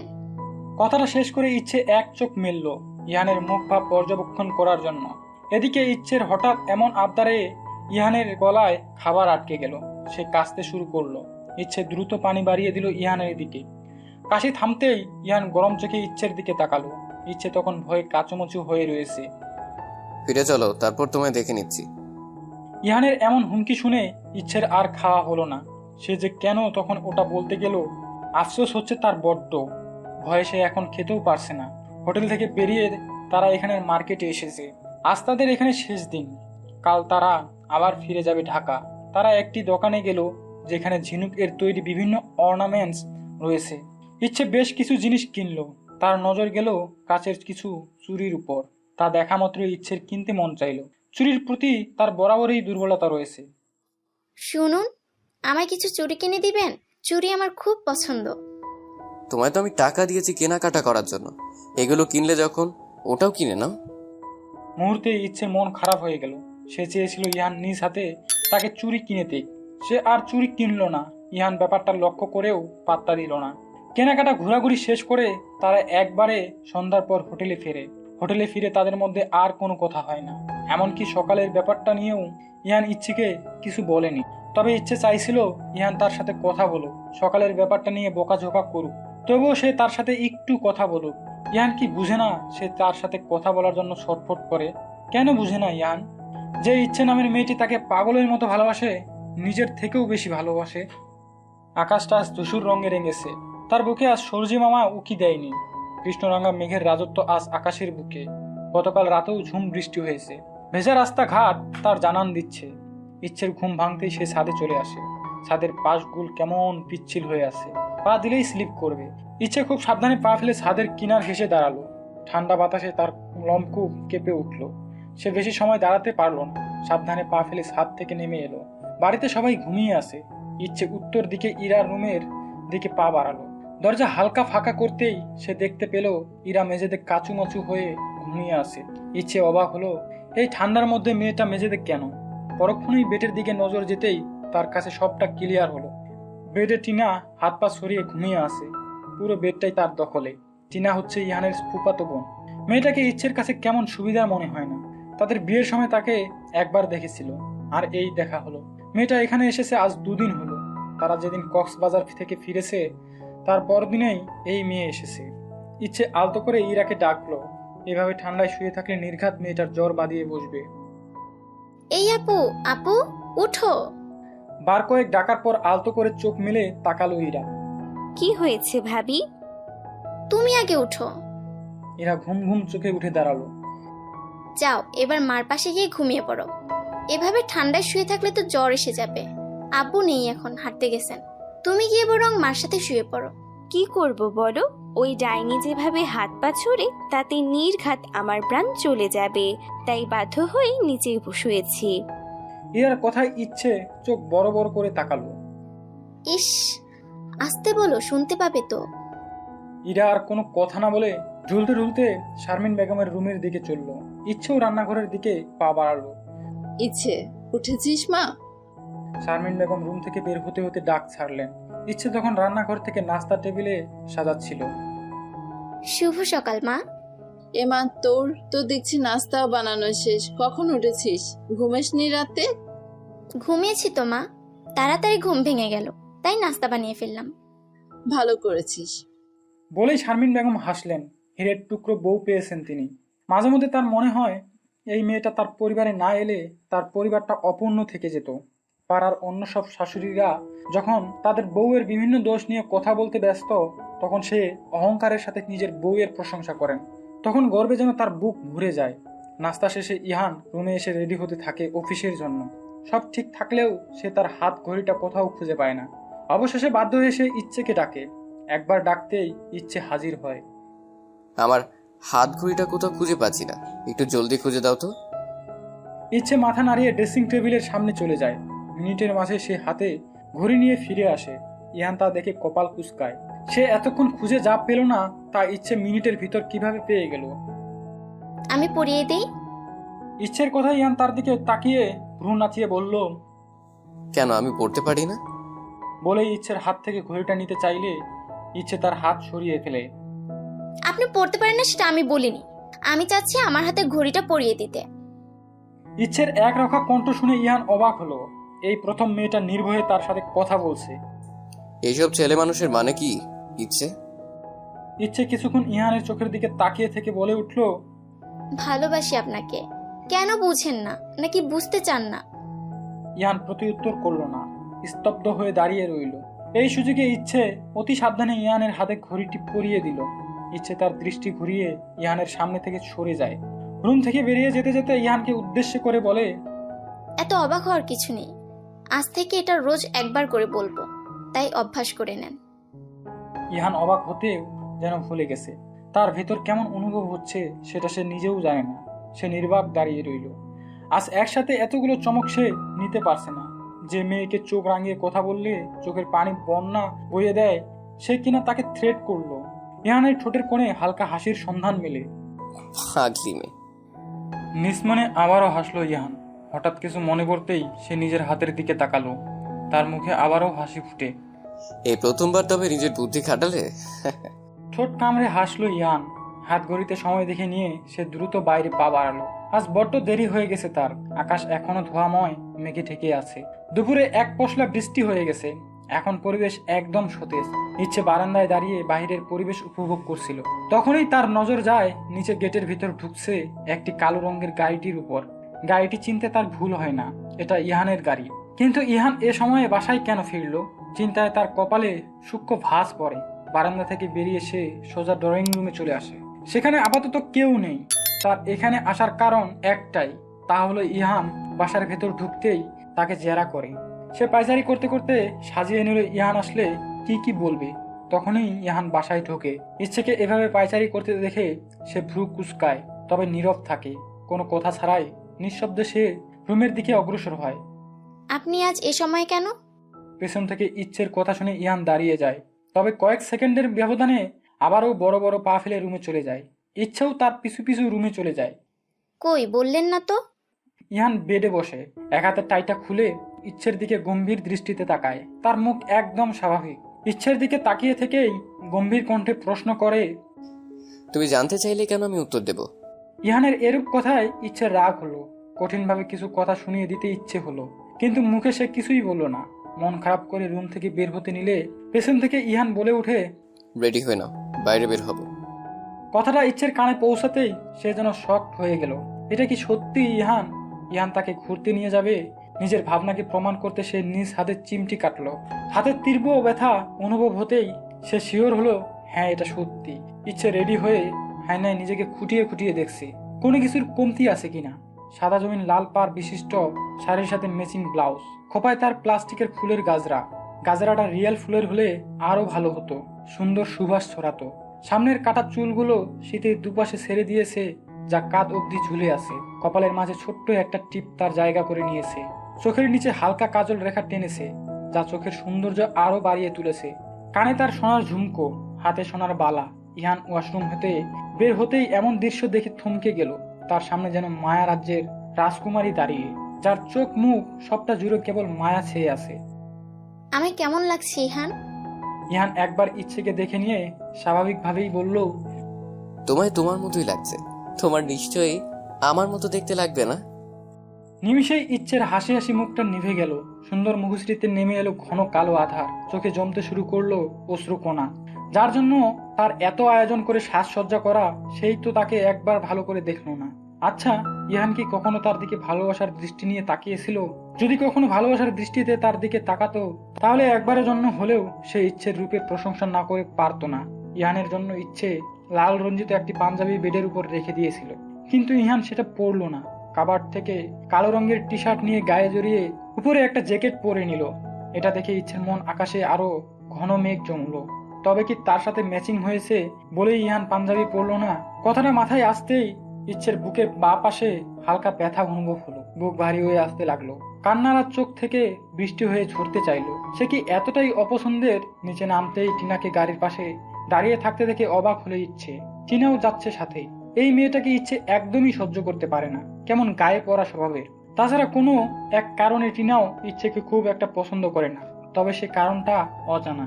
ইহান ড্রাইভিং সিটে বসতেই টিনা দ্রুত ইহানের পাশে ফ্রন্ট সিটে বসে পড়লো। ইচ্ছের রাগে সর্বস্ব যেন জ্বলে যাচ্ছে। বাধ্য হয়ে তাকে একা পেছনে বসতে হলো। এরা তাদের সাথে যাচ্ছে না, সে তার এক বন্ধুর জন্মদিনের পার্টিতে যাবে। ভাবি, তুমি প্লিজ মাইন্ড করো না। তুমি তো সব সময় এখানে বসো, আজ না হয় আমি বসলাম। টিনা ইচ্ছেকে কিছুটা ন্যাকামো সরে কথাগুলো বলল। না না, ঠিক আছে, আমি মাইন্ড করিনি। মুখে মাইন্ড করেনি বললেও ভেতরে ভেতরে সে ঠিকই ফেটে যাচ্ছে। আজ ওয়েদারটা খুব সুন্দর, দেখেছো ইহান ভাই? আমি যদি আজ তোমায় কল করে না আসতে বলতাম, তাহলে হয়তো এই ওয়েদারটা আমরা সবাই মিস করতাম। টিনার কথায় ইচ্ছে যেন আকাশ থেকে পড়লো। তার মানে ইহানকে টিনা আসতে বলেছে? টিনার কথাতে আজ প্রথম ইহান তার অফিস থেকে ছুটি নিয়ে তাড়াতাড়ি ফিরে এসেছে। ইচ্ছের খুব কান্না পাচ্ছে ইহানের কাছে, তবে শুধুমাত্র তারই কোনো মূল্য নেই। কই, আগে তো কখনো এখানে অফিস থেকে ছুটি নিয়ে আসেনি। ইচ্ছে ভেবেছিল আজ হয়তো ইহান আর সে ঘুরবে এবং ইহান তাকে নিয়ে ঘুরতে বের হবে বলেই তাড়াতাড়ি এসেছে, কিন্তু তার ধারণা সম্পূর্ণ মিথ্যে। ইচ্ছের বুকটা হু হু করে কেঁদে উঠল। সে বুঝলো ইহান তাকে শুধু নিজের দায়িত্বই ভাবে। এটা অবশ্যই ইচ্ছে আগেই ভেবেছিল, কিন্তু তার নিজের উপর ভরসা ছিল, নিজের ভালোবাসার উপর ভরসা ছিল। সে ভেবেছিল নিজের ভালোবাসা দিয়ে ইহানের মন জয় করে নিবে, কিন্তু না, তাদের ভালোবাসাটা হয়তো এই জন্মে আর হয়ে উঠবে না। তার এই মুহূর্তে আর ইচ্ছে হচ্ছে না কোথাও যেতে, মন বিষিয়ে উঠেছে তার। গাড়িটা একটু সাইড করুন প্লিজ। ইহান গাড়ি এক সাইডে পার্ক করে। গাড়ি পার্ক করতেই ইচ্ছে গাড়ি থেকে বের হয়ে যায়। ইচ্ছে বের হতেই ইহানও বের হয়। কোনো সমস্যা? ইহান ইচ্ছের কাছে এসে জানতে চায়। ইহানকে কিছুটা চিন্তিত দেখাচ্ছে। অন্য সময় হলে হয়তো ইহানের চোখে নিজের জন্য এই চিন্তাটুকুই দেখে ইচ্ছে অনেক খুশি হতো, কিন্তু এই মুহূর্তে তার সবকিছু বিষাক্ত লাগছে। ইহানের এই চিন্তিত মুখটিও তার বিরক্ত লাগছে। আমার প্রচুর মাথা ব্যথা করছে, আপনি প্লিজ আমাকে একটি রিক্সা ঠিক করে দিন, আমি বাসায় চলে যাই। ইচ্ছের কথায় ইহানের কপালের ভাঁজ ধীর হলো। হঠাৎ করে কি হলো মেয়েটার? এই তো কিছুক্ষণ আগেও সব ঠিক ছিল। এরই মাঝে টিনাও গাড়ি থেকে বের হয়ে আসে। রিক্সা কেন, চলো আমরা ফিরে যাই, অন্য একদিন না হয় ঘুরে যাব, এসো। ইহান ইচ্ছের কথার প্রতি উত্তরে বলল, কিন্তু তৎক্ষণাৎ টিনা তার বিরোধিতা করে বলে উঠল, তা কিভাবে হয় ইহান ভাই? আমি তো 2 দিন বাদেই ফিরে যাব। তোমরা না হয় অন্য একদিন ঘুরো একসাথে। ভাবিকে রিক্সা করে দাও, ভাবি বাসায় ফিরে যাক। টিনার কথায় সম্মতি জানিয়ে ইচ্ছে বলল, হ্যাঁ, সেটাই ভালো হবে। আসলে তার এই মুহূর্তে ইহানকে একদমই সহ্য হচ্ছে না। মানুষটা যে তাকে 4 আনাও দাম দেয় না, সে কি কম ভালোবাসে তাকে? কি করেনি সে এই মানুষটার মন জয় করতে? বর্তমানে ইহান আর টিনা একটি শাড়ির দোকানে দাঁড়িয়ে আছে। এই প্রথম ইহান নিজেই ইচ্ছের জন্য শাড়ি কিনতে আসছে। মেয়েটা তাকে সত্যিই অনেক ভালোবাসে। কত পাগলামিই না করে। ইচ্ছের পাগলামিগুলো মনে পড়তেই তার ঠোঁটে হাসি ফুটে ওঠে। অনেক হয়েছে, এবার সম্পর্কটা গুছিয়ে নিতে হবে। আজ সে ইচ্ছেকে চমকে দিবে। মেয়েটা নিশ্চয়ই তখন খুশিতে কেঁদে দিবে, কাঁদতে কাঁদতে আবদার করে বলবে, আপনাকে একটু জড়িয়ে ধরবো ইহান, আপনার বুকে মাথা রেখে কাঁদতে মন চাচ্ছে। আবারও হাসলো ইহান। এই হাসিতে রয়েছে একরাশ ভালোবাসা। মেয়েটা নিজের পাগলামি দিয়েই ইহানের বুকে জায়গা করে নিয়েছে। এই কঠোর ব্যক্তিত্ব সম্পন্ন ইহান চৌধুরী এই মেয়েকে দেখতে দেখতে নির্ঘুম রাত কাটায় আজকাল। কাজে মন বসাতে পারে না। সারাক্ষণ পাগলি বউটার মুখ চোখের সামনে ভেসে থাকে। এমন পাগল একটা মিষ্টি বউকে ভালো না বেশে থাকা যায়? কলাপাতা রঙের একটি জামদানি শাড়ি কিনলো ইহান। চোখ বন্ধ করে কল্পনায় থেকে এই শাড়ি পরা অবস্থায় ভেবে নিল, তার মতে চোখ ধাঁধানো সুন্দর লাগবে মেয়েটিকে এই রঙে। আজও তাকে ভয়ঙ্কর সুন্দর লাগছিল। শপিং মল থেকে বের হয়ে যাওয়ার সময় তার মনে পড়লো চুরির কথা। মেয়েটা বড্ড চুরি পাগল। টিনাকে দাঁড়াতে বলে সে আবারও দৌড়ে একটি কসমেটিক্সের দোকান থেকে 1 ডজন রেশমি চুড়ি নিল। ইহানের আগ্রহ দেখে দোকানদার হেসে বলল, বউয়ের জন্য বুঝি? ইহান প্রতি উত্তরে শুধু মিষ্টি করে হাসলো। তার হাসির অর্থ বুঝলো দোকানদার। সে হাসি মুখেই বলল, আমার বউ যখন রেগে থাকে তখন রাগ ভাঙানোর জন্য এই চুরি যথেষ্ট। এই সামান্য জিনিসেই কিছু মেয়েরা অনেক খুশি হয়, এদের জন্য 1000 টাকার গিফট লাগে না। দোকানদারের কথায় ইহান মাথা নাড়িয়ে সম্মতি জানালো। হাসি মুখে তাকে বিদায় জানালো। আসি তবে, ভালো থাকবেন। দোকানদার হাসি মুখে তাকে বিদায় জানালো। চুরিগুলো দেখে ইচ্ছে কতটা খুশি হবে সেটা ভাবতেই ইহানের মুখে প্রশান্তির হাসি ফুটে উঠল। আজ মেয়েটা বড্ড কাঁদবে, খুশির কান্না কাঁদবে। ইহান তখন একদম বাধা দিবে না। সে তো তখন মন ভরে সেই সুন্দর দৃশ্য দেখবে। অতঃপর নিজ হাতে প্রেয়সীর চোখের পানি মুছে দিয়ে কপালে উষ্ণ পরশ বুলিয়ে দিবে। তখন তার প্রেয়সীর মুখ লজ্জায় রাঙ্গা হয়ে উঠবে। আহা, কি মনোরম সেই দৃশ্য! ভাবতেই হৃদয় ছুঁয়ে যায় ইহানের। সময় গড়িয়ে ঘড়ি কাটা 8টার ঘরে থামলো।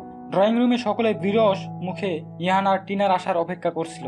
সেই বিকেল থেকে একাধারে তাদের কল করে চলছে, কিন্তু কেউই কল ধরছে না। নাজমুল সাহেব ভেবে পান না তার ছেলে এতটা দায়িত্বহীন কিভাবে হলো। তার চোখে মুখে বিরক্তি স্পষ্ট। শারমিন বেগমের প্রেসার বেড়ে যাওয়ায় সে আপাতত রুমে রেস্ট করছে। এরা কিছুক্ষণ পর পর ইহানের ফোনে কল দিচ্ছে, কিন্তু বারংবার সে আশাহত হচ্ছে। অবশেষে রাত 9টায় তারা বাসায় ফিরে। ড্রয়িং রুমে পা রাখতেই নাজমুল সাহেব কঠিন কণ্ঠে ইহানকে প্রশ্ন করে, এই রাত 9টা অবধি কোথায় ছিলে তোমরা? এমন প্রশ্নে ইহান অবাক হয়। সে কি এখনো ছোট বাচ্চা ছেলে যে তাকে এই সামান্য ব্যাপারে জেরা করা হবে? তবুও সে হাসি মুখেই উত্তর দেয়, এরপর শপিং মলে গিয়েছিলাম বাবা, তাই দেরি হলো। বুঝলাম, কিন্তু তোমার ফোন কোথায়? ফোনের কথা মনে পড়তেই ইহান পকেট থেকে ফোন বের করে। ফোন বের করতেই সে অবাক, 52টা মিসড কল উঠে রয়েছে। ফোন সাইলেন্ট থাকায় সে টের পায়নি। সরি বাবা, আসলে ফোনটা সাইলেন্ট ছিল। কোনো সমস্যা হয়েছে? এতবার কল কেন? ইহান কিছুটা চিন্তিত স্বরে বলে, কিন্তু নাজমিল সাহেব তার কথার উত্তর দেয় না। সে ইহানের পাশে দাঁড়িয়ে থাকা টিনার দিকে তাকিয়ে গম্ভীর স্বরে প্রশ্ন করে, ওর ফোন না হয় সাইলেন্ট ছিল, তোমার ফোন কোথায়? আসলে ইরা টিনাকেও অনেকবার কল করেছে, কিন্তু টিনা ইচ্ছে করে কল ধরেনি। সে ভেবেছিল কল ধরলে হয়তো তাদেরকে দ্রুত ফিরে আসার জন্য বলবে, কিন্তু সে ইহানের সাথে কিছুটা সময় কাটাতে চেয়েছিল, তাই সে ইচ্ছে করে কল ধরেনি। আসলে আমি খেয়াল করিনি।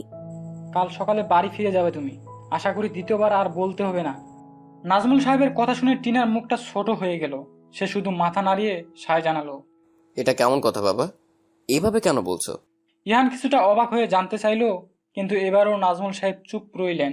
ইহান কোনো উত্তর না পেয়ে নিজ রুমের দিকে চলে গেল। রুমে গিয়ে ফ্রেশ হয়ে গিয়ে তার ইচ্ছের কথা মনে পড়লো। মেয়েটা কোথায় গেল? শরীর ঠিক আছে তো? আসার পর থেকে এখন পর্যন্ত একবারও সামনে আসেনি। হঠাৎ কিছু একটা ভাবতেই ইহানের বুকে মোচড় দিয়ে উঠল। ইরা কেন এতবার কল দিয়েছিল? ইচ্ছের কিছু হলো না তো? কথাটা ভাবতেই তার বুক ভারী হয়ে এলো। দ্রুত পায়ে ইরার রুমে গেল। ইরা, রুমে আছিস?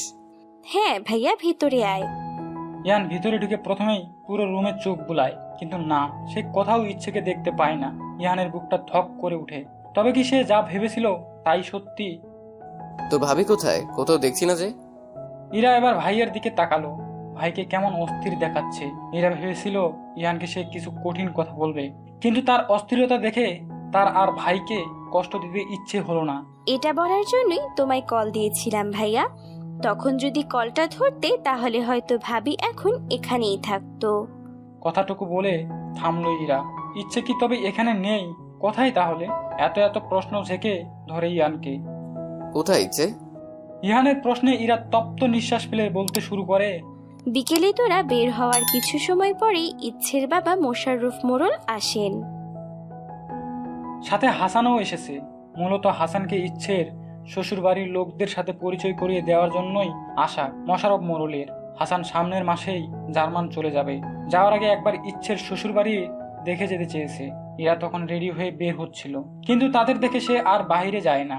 বাড়িতে মেহমান রেখে বাইরে বের হওয়াটা বেমানান লাগে, তাই সে মেহমানদের জন্য হালকা চা নাস্তা তৈরি করে নিয়ে আসে। নাজমুল সাহেব তখন বাড়িতেই ছিলেন। তারা সকলে মিলে গল্প করছিল। কিছুক্ষণের মাঝেই ইচ্ছে ফিরে আসে।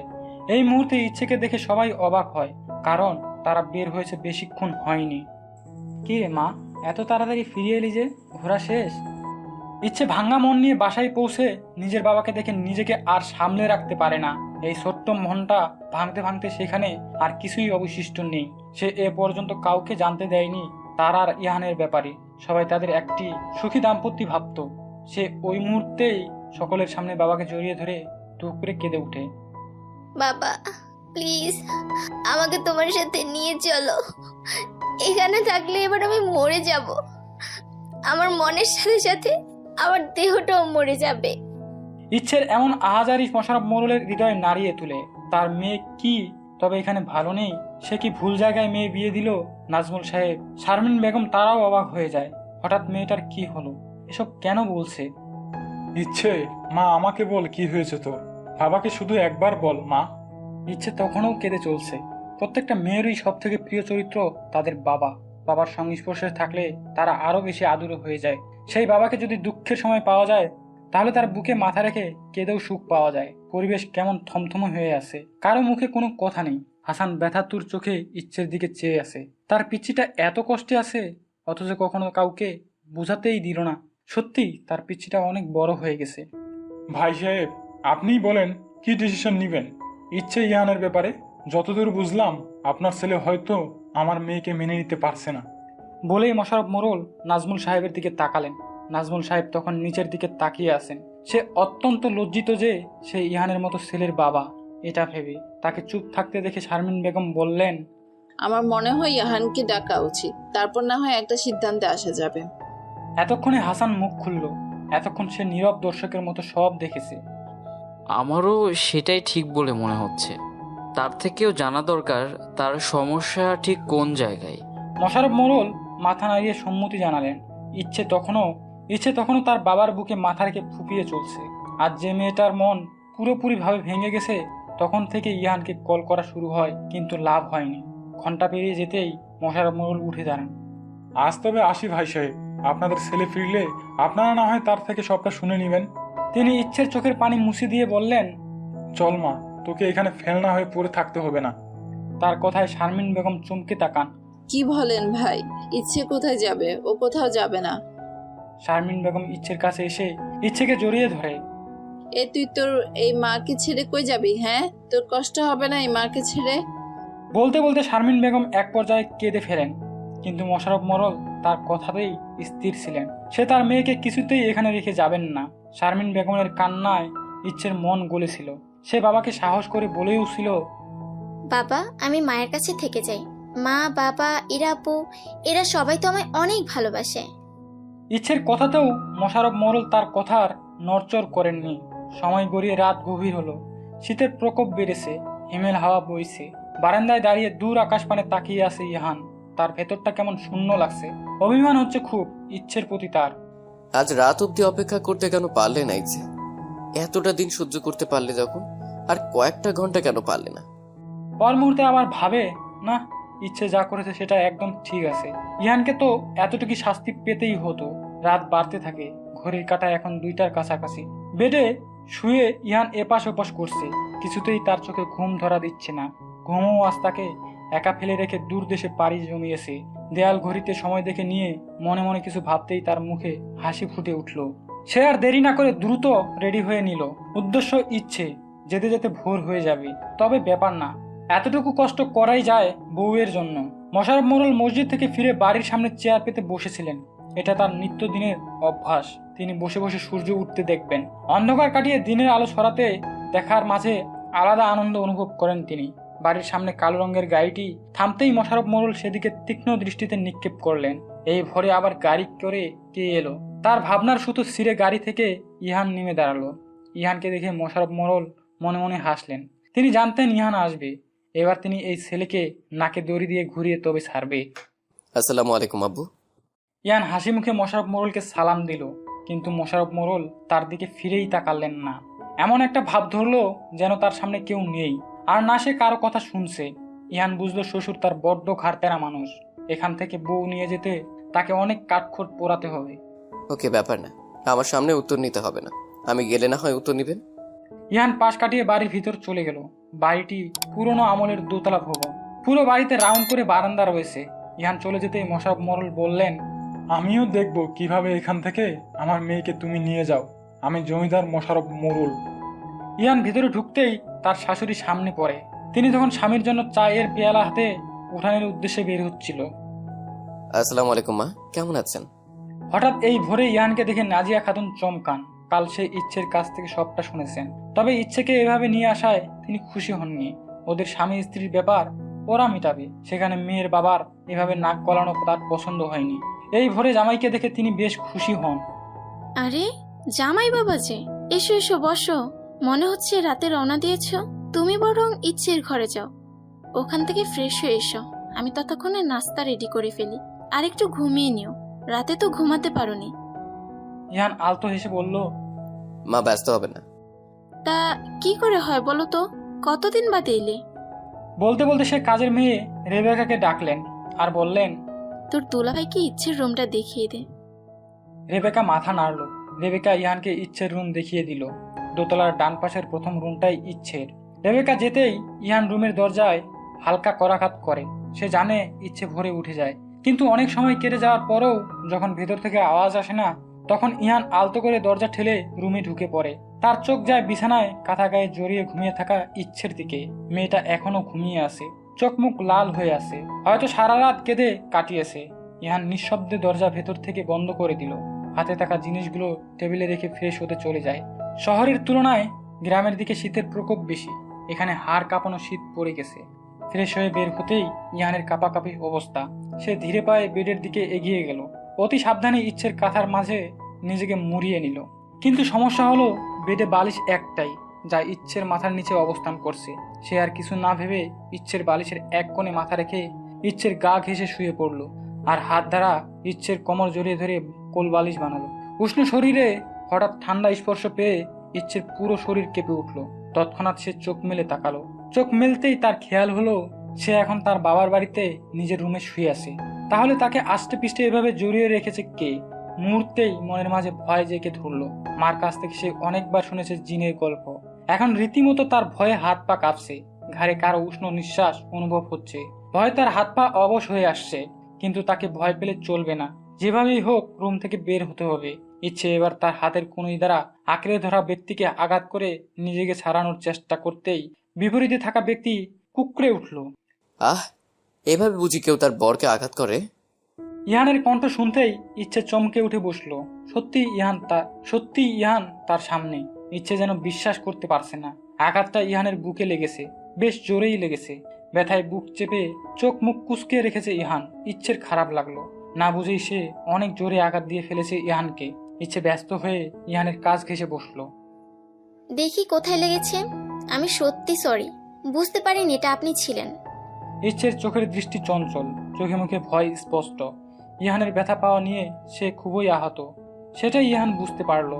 তাই সে আরো এক ধাপ এগিয়ে অভিনয় করতে শুরু করলো। বুকে খুব লেগেছে ইচ্ছে, খুব যন্ত্রণা হচ্ছে। এবার বেঁচে গেলেও পরবর্তীতে এমন হলে হয়তো আর বেঁচে থাকতে পারবো না।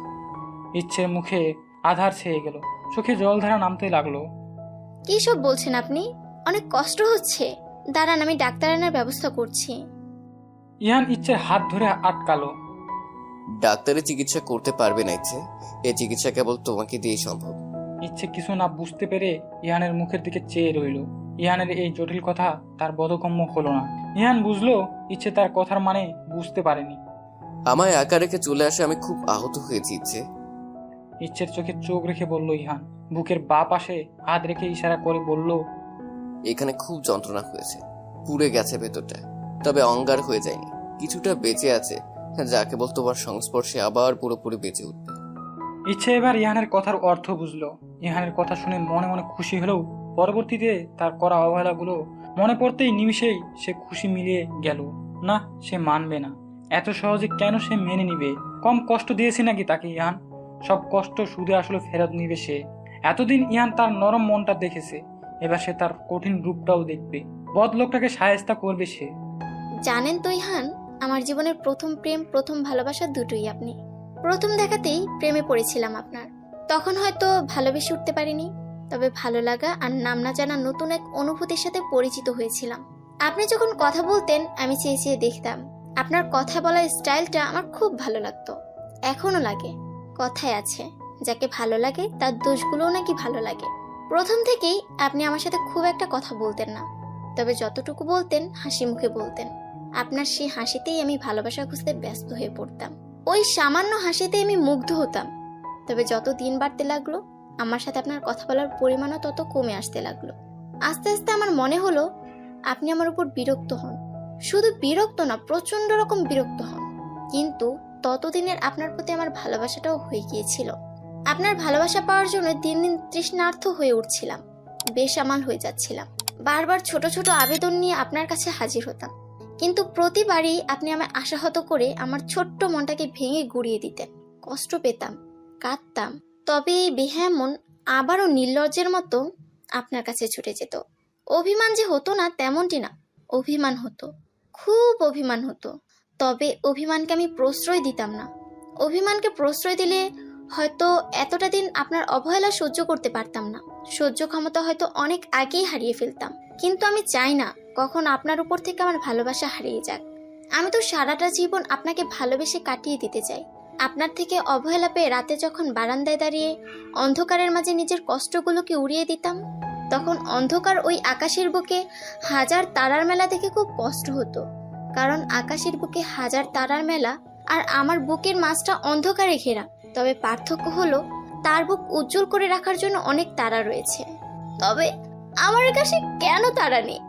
আপনার সকল অবহেলা সহ্য করতে পারলো, কালকের পাওয়া আঘাত আমি সহ্য করতে পারিনি। আমার স্বামীর কাছে আমার মূল্য না থাকলেও অন্য সবার মূল্য আছে। এই জিনিসটা কয়জনে মেনে নিতে পারবে বলতে পারবেন? কোনো মেয়েই মেনে নিতে পারবে না। আমিও পারিনি, দম বন্ধ হওয়া অনুভূতি হচ্ছিল। বলতে বলতে কেঁদে ফেলল ইচ্ছে। মেয়েটার অভিমান জমে জমে পাহাড় সমান হয়ে গিয়েছে। এই অভিমানের পাহাড় কবে ভাঙবে তার কোনো নিশ্চয়তা নেই। ইহান তখনও ইচ্ছের দিকে চেয়ে আছে। মেয়েটিকে সে সত্যিই অনেক কষ্ট দিয়ে ফেলেছে। নিজের কাছেই নিজেকে নর্দমার কীট মনে হচ্ছে। এত পবিত্র ভালোবাসাকেও বারবার অবহেলা করার শাস্তি কি হতে পারে? তাকে সর্বোচ্চ শাস্তি দেওয়া হোক, সে নিজেই নিজের শাস্তি দাবি করবে। আমার শাস্তি দেওয়া ইচ্ছে, তবে ছেড়ে যেও না। একবার সুযোগ দাও আমায়, কথা দিচ্ছি দ্বিতীয়বার অভিযোগ করার মতো সুযোগ আমি দিব না তোমায়। ইহানের কথায় নীরব রইল ইচ্ছে। কিছু না বলেই সে বেড থেকে নেমে গেল। তারপর রুম থেকে নীরবে প্রস্থান করলো। ইহান বাধা দিল না, শুধু করুণ মুখে ইচ্ছের যাওয়ার পানে চেয়ে রইল। মেয়েটাকে ছেড়ে সে একদম থাকতে পারবে না। মেয়েটার চঞ্চলতার প্রেমে পড়ে গেছে সে। হুটহাট ভালোবাসার আবদার করে বসা, ভীত চোখে তাকানো, আবার কখনো লজ্জায় লাল হয়ে যাওয়া, তার প্রত্যেকটা রূপই ইহানকে মুগ্ধ করে। কিন্তু নিজের কাজকে বেশি সময় দিতে যেয়ে ইহান এই সুন্দর চঞ্চল মেয়েটার মনে দাগ কেটে দিয়েছে। কাজ বাদে যে সুন্দর একটা পৃথিবী রয়েছে সেটা ইহান খুব দেরিতে বুঝতে পেরেছে। তবে এখনো খুব বেশি দেরি হয়নি, এখনো সুযোগ আছে সবটা গুছিয়ে নেওয়া। পরবর্তীতে হয়তো আর এই সুযোগটা পাবে না। বেলা উঠেছে, মোশাররফ মোড়ল বাজার থেকে বড় ইলিশ মাছ এনেছে। বাজারে সব থেকে বড় আর তাজা মাছটি সে এনেছেন জামাইয়ের জন্য। শুধু তাই নয়, 2 কেজি খাসির গোস্ত আনিয়েছেন কাজের লোক ছেলেটিকে পাঠিয়ে। জামাইয়ের আপ্যায়নে কোনো রকম ত্রুটি তিনি রাখতে চান না। বিয়ের পর এই প্রথম জামাই এলো। ইহানকে তার ভীষণ পছন্দ, কিন্তু মেয়ের সাথে ইহান কিছুটা অন্যায় করেছে, যার ফলে তিনি ইহানকে ছোটখাটো হলেও শাস্তি দিবেন। একদম শাস্তি না দিয়ে ছেড়ে দিলে চলবে না, আর তার শাস্তির ধরনটাও হবে অন্যরকম। কাল রাতেই ইহান মোশাররফ মোড়লকে কল করেছিল। তাকে ইহান তখন সবটা বুঝিয়ে বলে সে এটাও মেনে নেয় যে সে ইচ্ছের সাথে অন্যায় করেছে, তার জন্য তিনি যেমন ইচ্ছা শাস্তি দিতে পারেন। মোশাররফ মোড়লও ইহানকে শাস্তি পাওয়ার জন্য প্রস্তুত হয়ে নিতে বলেছিলেন। বর্তমানে জামাই শ্বশুরের মধ্যে এক প্রকার স্নায়ু যুদ্ধ চলছে। নীরবে সে যুদ্ধ সামনের দিকে এগিয়ে চলছে, যার সম্পর্কে আশেপাশের কোনো মানুষের ধারণা নেই। ইচ্ছের আম্মা, আজ খাসির গোস্ত তোমাকে রান্না করতে হবে না। মোশাররফ মোড়ল বলে ওঠেন নাজিয়া খাতুনকে উদ্দেশ্য করে। তার কথায় নাজিরা খাতুন তাকে পাল্টা প্রশ্ন ছুড়ে দেয়, আমি না করলে কে করবে? মেয়েটা এখানে কিছুদিনের জন্য বেড়াতে এসেছি, এখনো কিছুটা রেস্ট নেই। রান্নাটা বরং আমি করব, মেয়েকে করতে বলো না যেন। না না, সে ঠিক আছে, ইচ্ছে রেস্ট নিক। আমি ইচ্ছের কথা বলছি না, আসলে আজ রান্নাটা ইহান করবে। মোশাররফ মোড়লের কথা শুনে দাঁড়িয়ে থাকা সকলের চোখ বড় বড় হয়ে যায়। ইহান মাত্রই আপলে কামড় বসিয়েছিল। শ্বশুরের এরূপ কথায় সে হতভম্ব হয়ে যায়। অবাক হচ্ছে সবাই? আসলে আমি নিজেও অবাক হয়েছিলাম যখন জামাই বাবাজি এসে আমায় কথাটি বলল। আমিও তো অনেকবার না করেছি, কিন্তু ও তো মানতে নারাজ। সে নাকি আজ নিজ হাতে খাসির মাংস রান্না করে আমাদের সকলকে খাওয়াবে। জামাইয়ের আবদার বলে কথা, না রেখেও তো উপায় নেই। ইহান বলার মতো কিছু খুঁজে পেল না, সে কথা বলতেই যেন ভুলে গেছে। অবাক হয়ে শ্বশুরকে দেখতে লাগলো। লোকটা কি সুন্দর করে তাকে ফাঁসিয়ে দিল। জীবনে এমন একটি শ্বশুর থাকলে আর কি লাগে। নাজিয়া খাতুন চোখ বড় বড় করে ইহানের দিকে চাইলো। এই মুহূর্তে ইহান অস্বীকারও করতে পারছে না, তাই সে দ্রুত মাথা নাড়িয়ে বলল, হ্যাঁ হ্যাঁ, আসলে আমার খুব ইচ্ছে ছিল। এমনি ইচ্ছে হলো একটু রাতে আর কি। মোশাররফ মোড়ল ইহানের দিকে তাকিয়ে বিশ্ব জয় করা একটি হাসি দিল। এই হাসির অর্থ, কেমন দিলাম? ইচ্ছে এতক্ষণ যাবৎ জামাই শ্বশুরকে পর্যবেক্ষণ করেছিল। সে শিওর এরা দুজন মিলে কোনো তালগোল পাকাচ্ছে। ইহানের অসহায় মুখ আর তার বাবার মুখে হাসি দেখেই সে বুঝতে পারলো তার সন্দেহই ঠিক। তবে তার ইহানের জন্য খুব মায়া লাগছে। বেচারা একটা ডিমও ঠিক করে ভাজতে পারে না। তার থেকেও বেশি আফসোস হচ্ছে তার, আজ বোধহয় তার আর খাসির মাংস খাওয়া হবে না। 2 কেজি মাংস বোধহয় পুরোটাই নষ্ট হয়ে যাবে। দুপুরের দিকে বেশ প্রখর রোদ উঠেছে। জমিদার বাড়িতে সবাই দুপুরের ভোজনের জন্য তৈরি হয়ে গিয়েছে। তাদের সকলের মাঝে টান টান উত্তেজনা কাজ করছে। বাড়ির জামাই রান্না করেছে বলে কথা। ইহানকে জব্দ করতে পেরে মোশাররফ মোড়ল বেশ খুশি। কেবল তো একটা চমক শেষ হলো। যখন সবাই ইহানের রান্না খেয়ে মুখ কুচকাবে তখন আরো মজা হবে ভেবেই বাঁকা হাসলো মোশাররফ মোড়ল। সে আজ তার জামাইকে খুব ভালোভাবে জব্দ করতে পেরেছে। চেয়ারে আয়েশ করে বসে আছেন তিনি। ইহান নিজের হাতে সবাইকে সার্ভ করে দিয়েছে। রান্নার চেহারা দেখে সেটাকে খুবই সুস্বাদু লাগছে। মোশাররফ মোড়লের প্লেটে বেশি করে মাংস দিতে গেলে মোশাররফ বলে উঠেন, না না জামাই, এত দিও না, এই এক টুকরোই যথেষ্ট। আমি আমার মাংস বেশি একটা পছন্দ করি না। শ্বশুরের কথায় ইহান বাঁকা হাসলো। শ্বশুরমশাই, আপনার কথাই তবে থাকলো, পরবর্তীতে চাইলেও কিন্তু আমি আপনাকে আর দিব না। ইহানের কথায় মোশাররফ মোড়ল মনে মনে হাসলেন। মনে মনে বলতে থাকলেন, কি যে রান্না করেছো আল্লাহ মাহমুদ জানেন। এই এক টুকরো আমি শেষ করতে পারবো কিনা সেটাই সন্দেহ, তারপর তো আবার চেয়ে নেওয়া। তবে ইচ্ছে খুব খুশি মনে বেশ কয়েক টুকরো মাংস নিজের প্লেটে তুলে নিল। তার বরের হাতের রান্না সে না খেলে হবে? ভালো হোক কিংবা খারাপ, সে আজ এই মাংস দিয়েই ভাত খাবে। প্রথম লোকমা মুখে দিতেই সবাই চোখ বড় বড় করে ইহানের দিকে চাইলো। তা দেখে ইহান পৈশাচিক আনন্দ পাচ্ছে। সে শুধু মোশাররফ মোড়লের এক্সপ্রেশন দেখতে যাচ্ছে। সবার এমন চোখ বড় বড় করে তাকানো দেখে মোশাররফ মোড়লও খাবার মুখে তুলে নিলেন। তার চোখ ছানা ভরা। ইহানের দিকে চাইতেই ইহান তাকে চোখ টিপ দিল, যার অর্থ আমিও কম নই। আসলে ইহান রান্না পারে না, এটা পুরো একটি ভুল কথা। ইহান খুব সুন্দর রান্না পারে। সে যখন লন্ডনে থেকে পড়াশোনা করেছিল তখন সে একা রান্না করে খেত। তবে দেশে ফেরার পর থেকে রান্নার প্রতি টান উঠে গিয়েছিল। যে কারণে সে রান্না পারে এটা আজ অবধি কেউ জানতে পারেনি। মোশাররফ মোড়ল তাকে রান্নার কথা বললে সে মনে মনে খুশি হয়, তবে বাইরে তা প্রকাশ করে না। সে এমন একটা ভাব নেয় যেন সে যুদ্ধ করতে যাচ্ছে। খাওয়া দাওয়া শেষে ইহান যায় মোশাররফ মোড়লের কাছে। ডিয়ার শ্বশুর মশাই, চ্যালেঞ্জ তো জিতে নিলাম, এবার আপনার কথা রাখার পালা। আমি কালই ফিরে যেতে চাই, অবশ্যই ইচ্ছেকে সাথে নিয়ে। এখন ইচ্ছেকে ম্যানেজ করার দায়িত্ব আপনার, এমনটাই কিন্তু ছিল শর্তে। কিছুক্ষণ দুজন চুপচাপ দাঁড়িয়ে রইল। হঠাৎ করে মোশাররফ মোড়ল ইহানকে বুকে জড়িয়ে নিলেন, কেঁদে দিলেন তিনি। আমার মেয়েটাকে আর কখনো কষ্ট পেতে দিও না বাবা। আমি আর কয়দিনই বা আছি, সারাটা জীবন পাশে থেকো, ভালোবেসে যত্ন করে আগলে রেখো। বড্ড ছেলে মানুষ মেয়েটা আমার। ইহানের চোখে পানি চলে এলো। সে বাবা মায়ের সমতুল্য শ্বশুর শাশুড়িকেও পর্যন্ত কষ্ট দিয়ে ফেলেছে। কথা দিচ্ছি বাবা, আর কখনো কষ্ট পেতে দিব না ইচ্ছেকে। অতি যত্নে আগলে রাখবো। এই শেষবারের মতো বিশ্বাস করতে পারেন আমায়। আপনার এই বিশ্বাস আমি ভাঙবো না ইনশাআল্লাহ। ইচ্ছে, রুমে আসো মা। বাবার কণ্ঠ শুনে বারান্দা থেকে রুমে ফিরে এলো ইচ্ছে। হ্যাঁ বাবা, ভেতরে এসো। মোশাররফ মোড়ল ভিতরে আসেন, বিছানায় বসে মেয়েকে পাশে ডাকেন। ইচ্ছে বাবার পাশে এসে বসে। মোশাররফ মোড়ল পরম স্নেহে মেয়ের মাথায় হাত বুলিয়ে দেয়। একটা দরকারি কথা বলতে এসেছিলাম। বলো বাবা, আমি ফ্রি আছি, সমস্যা নেই। মোশাররফ মোড়ল হাসলেন। মেয়েটাকে সে খুব ভালোবাসেন। তার কলেজের একটি অংশ তার মেয়ে। ইহানের ব্যাপারে কিছু ভেবেছো? বাবার কথায় ইচ্ছের মুখ মলিন হয়ে গেল। সে বুঝতে পারছে না উত্তরটা ঠিক কি দিবে। তার মন চাইছে ইয়ানকে ক্ষমা করে দিতে। আমার মনে হয় তোমার ইয়ানকে একবার সুযোগ দেওয়া উচিত। সে যেহেতু তার ভুল শুধরে নিতে চাইছে, সেহেতু তাকে তার ভুল শুধরে নেওয়ার একটা সুযোগ অবশ্যই দেওয়া উচিত। ইচ্ছে এবারেও নীরব রইল। দেখো মা, আমি তোমায় জোর করছি না। তুমি যেটা চাইবে অবশ্যই সেটা হবে। আমি শুধু তোমায় বুঝালাম, এবার সিদ্ধান্ত তোমার হাতে। আমি তার সাথে যেতে চাই বাবা। মেয়ের কথায় হাসি ফুটে উঠল মোশাররফ মোড়লের। মেয়েটা তার অল্পতেই বুঝতে পারে। আচ্ছা, তবে তৈরি হয়ে থেকো, ইহান হয়তো রাতেই রওনা হবে। আবারও মেয়ের মাথায় হাত বুলিয়ে তিনি কক্ষ থেকে বেরিয়ে গেলেন। ইচ্ছের মুখেও প্রশান্তির হাসি। আজ নদীর পাড়টা কেমন নির্জন হয়ে পড়ে আছে। এক ব্যর্থ প্রেমিকের চোখের পানি হয়তো তাকেও আহত করেছে। হাসান চোখ বন্ধ করে পানিতে পা ভিজিয়ে বসে আছে। একসময় সে আর ইচ্ছে এখানে বসে এভাবেই পা ভিজিয়ে নানান গল্প করত। সেই মধুর সময়গুলো বড্ড মনে পড়ছে তার। আজই হয়তো এই গ্রামে তার শেষ দিন। আর কবে ফিরবে তার কোনো নিশ্চয়তা নেই। সে ইচ্ছের থেকে পালিয়ে বেড়াচ্ছে। ইচ্ছের ওই চোখের দিকে তাকিয়ে সে হয়তো তার মনের অবাধ্য অনুভূতি ধরে রাখতে পারবে না। হাসানের চোখের সামনে আজ সকালের দৃশ্যপট ভেসে উঠল। মোশাররফ মোড়লের থেকে হাসান ইহানের ব্যাপারে সবটাই জেনেছে। ইচ্ছে আর ইহানের মিল হয়ে গেছে ভেবে সে সিদ্ধান্ত নিয়ে নেয় ফিরে যাওয়ার। সকালে সে ইচ্ছেদের বাড়িতে গিয়েছিল ইচ্ছের থেকে বিদায় নিতে, কিন্তু বাড়ির সদর দরজায় দাঁড়াতেই তার চোখ যায় ছাদে বসে থাকা কুপত কুপুতির দিকে। ইচ্ছে ইহানের কাঁধে মাথা রেখে হাত নাড়িয়ে নাড়িয়ে হেসে হেসে কিছু বলছে, যা শুনে ইহানও মিষ্টি করে হাসছে। আবার কখনো কখনো হাত দিয়ে ইচ্ছের মুখের সামনে ছড়িয়ে থাকা অবাধ্য চুলগুলো সরিয়ে দিচ্ছে। তাদের দেখেই বোঝা যাচ্ছিল দীর্ঘ এক বিরহের পর তারা মিলিত হয়ে খুবই আনন্দে সময় পার করছে।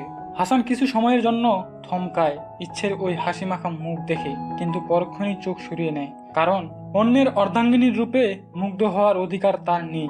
সে আর যায়নি ইচ্ছের থেকে বিদায় নিতে, ফিরে এসেছিল তখনই। তাদের ভালোবাসার সুন্দর মুহূর্তগুলোতে প্রবেশ করে তাদের বিরক্ত করতে চায় না সে। আধার ঘনিয়ে এসেছে। হাসান উঠে দাঁড়ায়। দীর্ঘ এক নিঃশ্বাস ছেড়ে সে বাড়ির পথে রওনা দেয়। তার ফেলে যাওয়া এই নিঃশ্বাসে ছিল ভালোবাসা হারানোর এক তীব্র বেদনা, ছিল এক বুক ব্যর্থতার গল্প, ছিল এক ব্যর্থ প্রেমিকের কাহিনী, যার সাক্ষী কেবল এই নদী। ইচ্ছে, আমার ওয়ালেটটা কোথায়? বেডের উপর রাখা আছে সব।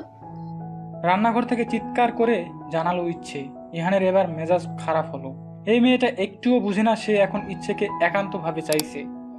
ইচ্ছে, আমি পাচ্ছি না। ইচ্ছে বুঝলো সে না যাওয়া অবধি কিচ্ছু খুঁজে পাবে না। হাতের কাজটা ইরাকে দেখতে বলে সে রুমের দিকে এগিয়ে গেল। রুমে ঢুকতে ইহান ইচ্ছের হাত টেনে ধরলো। এত ব্যস্ত কেন আমার লক্ষ্মী বউটা? এবার আমি কাকে বিচার দিব শুনি? ইহানের অভিযোগে ঠোঁট চেপে হাসলো ইচ্ছে। একটু একটু রিভেঞ্জ নিচ্ছি এই আর কি। ইচ্ছের কথায় ইয়ান হেসে ফেলল। কপালে উষ্ণ পরশ বুলিয়ে অফিসের জন্য বেরিয়ে গেল। চিন্তিত হয়ে বসে আছে ইহান। এই নিয়ে দুবার বমি করেছে মেয়েটা। বাড়িতে কেউ নেই, সবাই গ্রামের বাড়ি ঘুরতে গেছে। ফিরতে আরো সপ্তাহখানেক লাগবে। এরই মাঝে ওয়াশরুম থেকে বের হয়ে আসে ইচ্ছে। পরপর দুবার বমি করায় একেবারে ভেঙে গেছে মেয়েটা। চোখ মুখে ক্লান্তির ছাপ। ইহান দ্রুত পায়ে ইচ্ছের পাশে গিয়ে হাত ধরে এনে বেড়ে বসালো। হঠাৎ কি হলো তোমার? এমন কেন হচ্ছে? ইচ্ছে ইহানের চিন্তিত মুখের পানি চেয়ে হালকা হাসার চেষ্টা করলো। আমি ঠিক আছি ইহান, আপনি ব্যস্ত হবেন না। একটু ঠিক নেই তুমি, আমি নিজ চোখে দেখতে পাচ্ছি। ইহানের কথাকে পাত্তা না দিয়ে ইচ্ছে ইহানের দিকে নিজের গাল এগিয়ে দিল। টুপ করে একটা চুমু খান তো। এমন একটি মুহূর্তে ইচ্ছের এমন ছেলে মানুষই দেখে ইহান অবাক হলো। মেয়েটা একটুও বদলায়নি। ইহান আলতো করে ইচ্ছের গালে ঠোঁট ছুঁয়ে দিতেই ইচ্ছের লজ্জায় লাল হয়ে গেল। নিজেই আবদার করবে, আবার নিজেই লজ্জায় লাল হয়ে যাবে। ইহানের অবশ্য এই ব্যাপারগুলো খুবই ভালো লাগে। ইহানের জরুরি তলবে গ্রাম থেকে সবাই ফিরে এসেছে। ইচ্ছের বাবা মাও এসেছে। এই মুহূর্তে সবাই ড্রয়িং রুমে ইহানের জরুরি তলবের কারণ জানার জন্য উৎসুক জনতার ন্যায় বসে আছে। তবে ইহানের কোনো খোঁজ নেই। সে 5 মিনিটের কথা বলে বের হয়েছে, কিন্তু এখন পর্যন্ত ফিরেনি। শারমিন বেগম বেশ কয়েকবার ইচ্ছের কাছে জানতে চেয়েছিল কি কাহিনী, কিন্তু ইচ্ছে প্রতিবারই কোনো না কোনো ছুতো দিয়ে তা এড়িয়ে গিয়েছে। অবশেষে সকলের অপেক্ষার অবসান ঘটিয়ে ইহানের আবির্ভাব ঘটে। হাতে তার 10 কেজি মিষ্টি। এত মিষ্টি দেখে সকলের মাঝে এক ধরনের চাঞ্চলতা শুরু হয়ে যায়। শারমিন বেগম আর জিয়া খাতুন একে অপরের দিকে তাকিয়ে কিছু একটা ইশারা করলে তারা দুজন উঠে ইচ্ছের কাছে চলে যায়। ইচ্ছে তখন রুমে বসে ফল খাচ্ছিল। তাদের দুজনকে দেখতেই সে তাড়াতাড়ি খাওয়া বন্ধ করে দেয়। তারা দুজন ইচ্ছেকে কিছুক্ষণ পর্যবেক্ষণ করে ইচ্ছের উপর চিৎকার করে উঠে, বজ্জাত মেয়ে, আমাদের ঘরে ছোট সদস্য আসছে, সেটা আমাদের না জানিয়ে তুই কিনা সেটা লুকিয়ে বেড়াচ্ছিস। শারমিন বেগম তো খুশিতে কেঁদেই দিয়েছেন। তিনি ভেবে পাচ্ছে না কিছুদিন বাদে ছোট্ট একটি প্রাণ এ বাড়ির ভেতরে ছুটোছুটি করবে, আদো আদো কণ্ঠে তাকিয়ে দাদু বলে ডাকবে। বাড়িতে একরকম উৎসব পড়ে যায়। সকলে খুবই আনন্দিত। ইরা তো ফুপি হওয়ার খুশিতে তার সকল ফ্রেন্ডকে ট্রিট দিবে বলে জানিয়েছে। আজও আকাশে তারারা উজ্জ্বল হয়ে ফুটে রয়েছে। ইহানের কাঁধে মাথা রেখে ইচ্ছে ওই দূর আকাশে চেয়ে রয়েছে। আজ তার মনে হচ্ছে তার মনের আকাশেও তারা আছে। সে তারাগুলো তার মন আকাশে উজ্জ্বল আলো ছড়িয়ে বেড়াচ্ছে। ইহান, একবার বলবেন ভালোবাসি? ইহান ইচ্ছের কপালে ওধর ছুঁয়ে দিয়ে হাসি মুখে বলল, ভালোবাসি আমার ইচ্ছেকে। আমার বাবুর আম্মুকে আমি অনেক ভালোবাসি, নিজের জীবনের থেকেও বেশি ভালোবাসি। ইচ্ছে পরম শান্তিতে ইহানের বুকে মাথা রাখলো। তার মুখে প্রশান্তির হাসি ফুটে আছে। নিজেকে পরিপূর্ণ লাগছে তার। আল্লাহ তাআলার কাছে সে অশেষ কৃপা জানায় এমন একজন জীবন সঙ্গী পাওয়ার জন্য।